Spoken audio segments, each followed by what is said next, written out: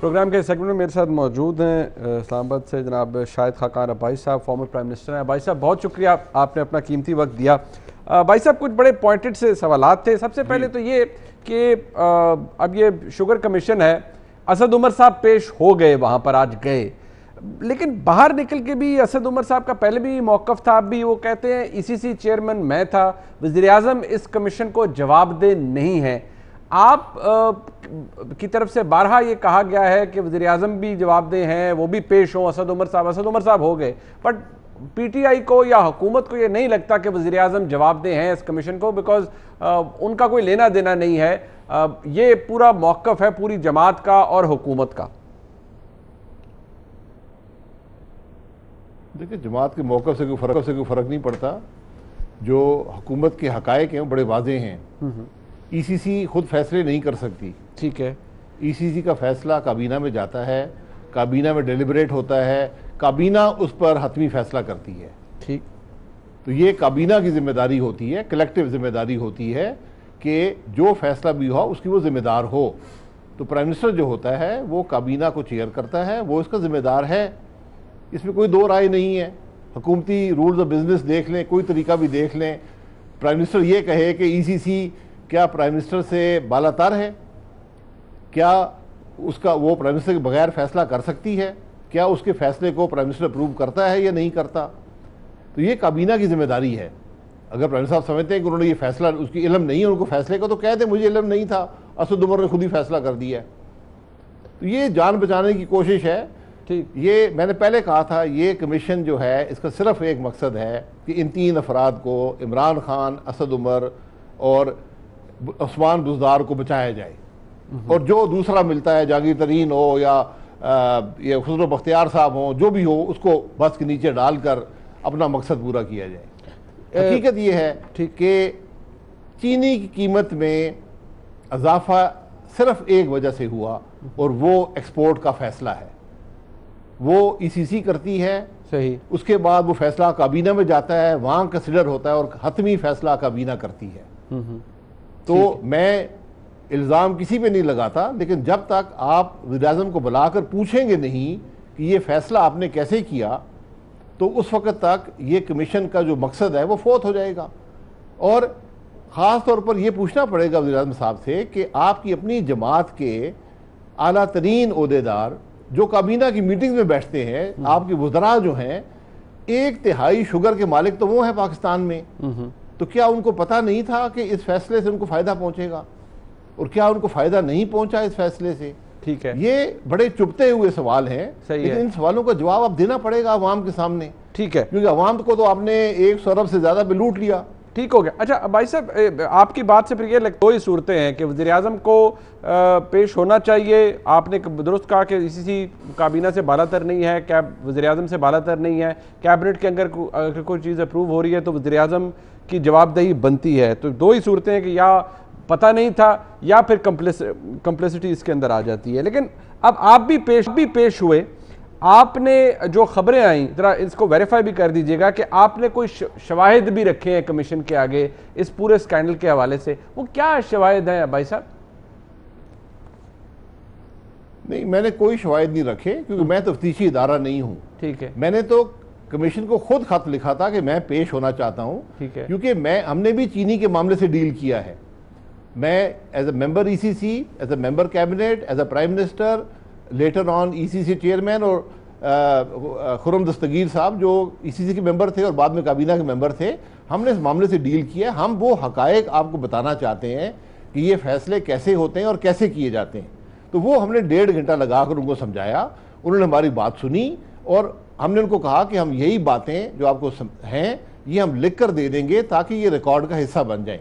یہ وہاں پر بات ہوئی ہے. میں پھر یہ کہوں گا، ہم کسی پہ الزام نہیں لگاتے، لیکن حقائق سے اگر آپ باہر جائیں گے پھر اس کمیشن کو بند کر دیں. کیونکہ فیصلہ جو ہے وہ ای سی سی میں ہوا اور اس کو کابینہ نے اپروو کیا. اور صرف فیصلے کی بات تک نہیں ہے، اس کے بعد 16 مہینے تک پاکستان میں چینی کی قیمت بڑھتی رہی. ہر مہینے ای سی سی اور کابینہ میں جو ملک میں قیمتیں ہوتی ہیں، اشیاء ہیں ان کی، تو اس پر کابینہ خاموش کیوں رہی؟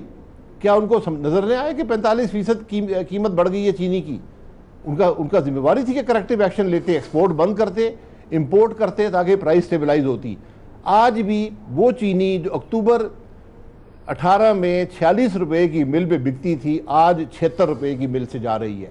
30 روپے فی کلو اضافی منافع مل اونرز آج بنا رہے ہیں، لیکن حکومت آج بھی خاموش بیٹھی ہے۔ یہ ساری بات ہے۔ ٹھیک، اچھا بھائی صاحب تھوڑا سا اب چلیں، یہ تو چینی کمیشن کے حوالے سے ہو گیا، میں تھوڑی سی آپ کی توجہ دلانا چاہوں گا، نیب کے حوالے سے ایک موقف رہا ہے اپوزیشن کا، خاص طور پر مسلم لیگ نون کا افیکٹڈ ہے، مسلم لیگ نون بھی اس حوالے سے۔ ایک طرف آپ ہی کا بیان چھپا، آپ نے غالباً 5 یا 6 مئی کو آپ نے کہا کہ نیب جو معاملات ہیں اس سے شاید حکومت خود تنگ ہے، لیکن پھر آپ خود سمجھتے ہیں کہ نیب ایک پولیٹیکل انجینئرنگ کا ادارہ ہے۔ جب یہ موقف اپنایا جاتا ہے کہ آپ کہتے ہیں کہ حکومت تنگ ہے، تو پولیٹیکل انجینئرنگ پھر وہ کس کے لیے کر رہا ہے اگر آج کے دور میں کوئی کر رہا ہے تو؟ نہیں، پولیٹیکل انجینئرنگ تو نیب بنا ہی پولیٹیکل انجینئرنگ کے لیے تھا۔ مشرف صاحب نے 3 ہفتے میں یہ آرڈیننس پاس کیا تھا، اور جو مینڈیٹ تھا الحمدللہ 20 سال سے نیب اس مینڈیٹ پر کام کر رہا ہے کہ سیاستدانوں کو دبایا جائے، ان کو بدنام کیا جائے، ان کو توڑا جائے، ان کی وفاداریاں بدلی جائیں۔ یہ نیب کا کام ہے، آج بھی اسی کے لیے استعمال ہو رہا ہے۔ اب مشکل یہ آ گئی ہے کہ کوئی افسر بھی کسی فائل پر کام کرنے کو تیار نہیں ہے، جس کی وجہ سے حکومت کا کوئی کام ہو نہیں پاتا۔ وزیر اعظم صاحب اعلانات پہ اعلانات کیے جاتے ہیں، فیصلے پہ فیصلے کیے جاتے ہیں، نیچے ہوتا کچھ نہیں ہے۔ اور آج 20 مہینے بعد مجھے آپ خود اس معاملے سے ڈیل کرتے ہیں، ایک مثبت کام، ترقی کا کام، کوئی عوام کی فلاح و بہبود کا کام اس حکومت کا دکھا دیں۔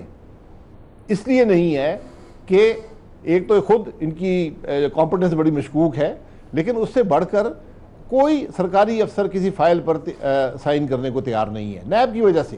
میں ہمیشہ کہتا ہوں کہ یہ نیب نے ملک کے اداروں کو مفلوج کر دیا ہے، اس نے ملک کی معیشت کو تباہ کر دیا ہے، اور جب تک آپ اسے جان نہیں چھڑائیں گے یہ معاملہ ٹھیک نہیں ہوگا۔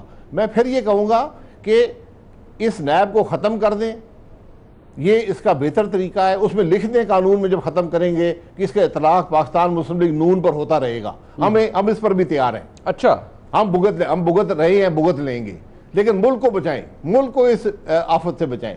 مطلب یہ جو آپ نے بات کی ہے بڑی اس کی اہمیت ہے۔ آپ کہتے ہیں کہ جو کرنٹلی کیسز چل رہے ہیں وہ افیکٹ نہ ہو، بے شک اسی قانون کے تحت ہوتے رہیں، لیکن for the times to come اس کو تبدیل کر دیا جائے، قانون تبدیل کر دیا جائے۔ کیونکہ جو آرگومنٹ آپ کا ہے بھائی صاحب، اس پہ اعتراض یہ بھی بارہا کیا جاتا ہے کہ آپ تو احتساب کے پورے ادارے کو یا for that matter particularly NAB کو بالکل ٹوتھ لیس بنا دینا چاہتے ہیں، اختیار ختم کر دینا چاہتے ہیں، اور آپ کی بڑی لمبی یا اپوزیشن کی بڑی لمبی وش لسٹ ہے اس حوالے سے۔ کیا رسپونڈ کریں گے؟ یہ حکومت کہتی ہے کہ آپ تو بالکل ٹوتھ لیس بنانا چاہتے ہیں۔ دیکھیں، ہماری کوئی وش لسٹ نہیں ہے۔ ہم نے ایک احتساب آرڈیننس کا ترمیمی بل جو ہے وہ حکومت کو بھی دیا ہوا ہے اور قومی اسمبلی کی کمیٹی کو بھی دیا تھا۔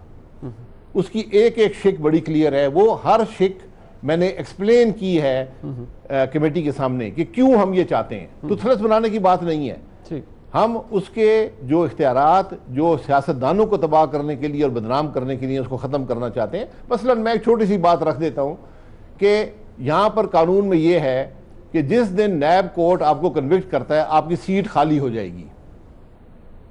اب میں قومی اسمبلی کا ممبر ہوں، نیب کورٹ کنوکٹ کرتا ہے، میری سیٹ خالی ہو جاتی ہے، ٹھیک ہے، کل مجھے ہائی کورٹ بری کر دیتا ہے، کیا آپ مجھے سیٹ واپس دے سکتے ہیں؟ یہ معقول سوال لگتا ہے مجھے۔ صحیح۔ تو اس قسم کی قتل کے کیس کا مجرم جو ہے وہ پاکستان میں 14 دن کے ریمانڈ پہ رہتا ہے، 90 دن کا نیب کا ریمانڈ ہے۔ صحیح۔ میں 70 دن میں نیب ریمانڈ میں رہا ہوں، ایک سوال مجھ سے نیب نے نہیں کیا۔ صرف مقصد یہ ہوتا ہے کہ اس کو تنگ کیا جائے، اس کو دبایا جائے، اس کی بدنامی کی جائے، اس کو ہر 2 ہفتے بعد عدالتوں میں پیش کیا جائے اور ہیڈ لائنز لگائی جائیں کہ جناب سابقہ وزیر اعظم کو پیش کر کے ان سے ریمانڈ لے لیا گیا۔ لوگوں کو تو نہیں پتا نا کہ یہاں تو ایک تماشا لگا ہوا ہے، لوگوں کو بدنام کرنے کا، پوچھنے کی بات کو ہے نہیں۔ چاہیے ان چیزوں کو ہم نے اس سے ختم کیا ہے تاکہ اس کو جو اسلامی تعلیمات ہیں، جو آئین ہے، جو پرنسپل آف نیچرل جسٹس ہیں، اس کے مطابق قانون کو کیا جائے۔ صرف یہ بات ہے، اور میں پھر یہ کہوں گا کہ آپ بہتر ہے اس کو ختم کریں، اس کا اطلاق نون لیگ پر رہنے دیں یار. اگر نون لیگ ہی پاکستان کے نون لیگ کی پرسیکیوشن ہی پاکستان کے مسائل کا حل ہے تو کر لیں یار, کوئی بات نہیں ہے, ہمیں پرسیکیوٹ کر لیں.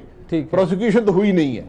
آج 2 سال ہونے کو ہیں, ایک کیس نیب نہیں بنا سکا کسی پر. ٹھیک ہے, یہ آپ کا 300 سے زیادہ دن کا ریمانڈ پاکستان مسلم لیگ. جی سر, یہ آپ کا بالکل آپ کا اوپینین بالکل کنسیڈرڈ اوپینین ہے. آپ کا اپنے ساتھ بھی ہوا, مختلف آپ کے کولیگز جو تھے وہ بھی نیب کی کسٹڈی کے اندر ہے, بٹ آپ کی موجودگی کا فائدہ اٹھاتے ہوئے بھائی صاحب میں آخر میں آپ سے یہ پوچھنا چاہوں گا, ابھی ریسنٹلی شہباز شریف صاحب کے حوالے سے انکشافات ہوئے, انہوں نے خود بھی انٹرویو دیا پھر سلیم صافی صاحب کو.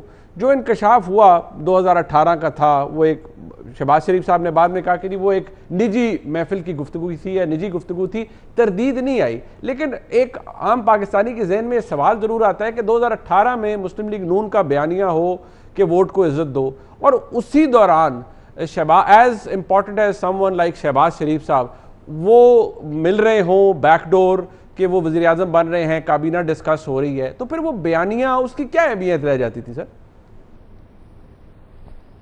دیکھیں, اس انٹرویو کی وضاحت جو ہے یا سہیل وڑائی صاحب کر سکتے ہیں, یا شہباز صاحب کر سکتے ہیں, یا وہ 2 جرنلسٹ جن کا اس میں ذکر کیا گیا. میں تو صرف حقائق کی بات کر سکتا ہوں کہ 31 مئی 2018 تک میں وزیر اعظم تھا.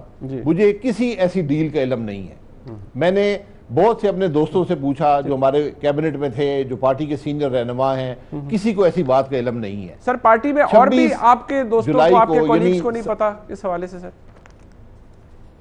جی میں نے جن لوگوں سے پوچھا ان کو نہیں پتا.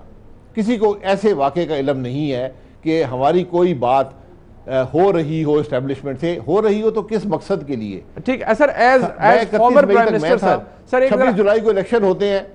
سر اگر مجھے بتا پائیں آپ کہ as former prime minister, as Shahid Khaqan Abbasi صاحب, آپ یہ سمجھتے ہیں کہ ایسی ملاقاتیں کسی بھی سٹیج کے اندر کسی کے ساتھ بھی نہیں ہونی چاہیے, کیونکہ جب بیانیہ یہ ہو کہ ووٹ سے عزت لینی ہے؟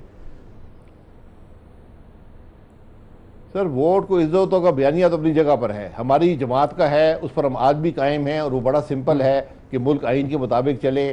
یہ الیکشنوں کے فیصلے, حکومتوں کے فیصلے پاکستان کے عوام کے ہاتھ میں ہونے چاہیے. یہ کسی بند کمرے میں نہیں ہونے چاہیے, کسی ڈیل کا نتیجہ نہیں ہونے چاہیے. ہم نے ماضی میں بہت ڈیلیں کی ہیں اور مار کھائی ہے. ٹھیک ہے, تو کم از کم اس ماضی کی ڈیلوں سے سبق حاصل کر لیں اور مستقبل میں پاکستان کی عوام کو پاکستان کی تقدیر کا فیصلہ کرنے کا موقع دیں. ٹھیک, بہت شکریہ جناب شاہد خاقان عباسی صاحب, فارمر پرائم منسٹر ہمارے ساتھ موجود. انشور عباسی صاحب نے پروگرام کے اینڈ میں جو کہا ہے وہ ضرور سنا گیا ہوگا, خاص طور پہ اگر شہباز شریف صاحب بھی سن رہے ہیں, کیونکہ انہوں نے تردید نہیں کی. سلیم صاحب نے ان سے پوچھا, انہوں نے تردید نہیں کی, انہوں نے کہا نجی محفل کی گفتگو تھی.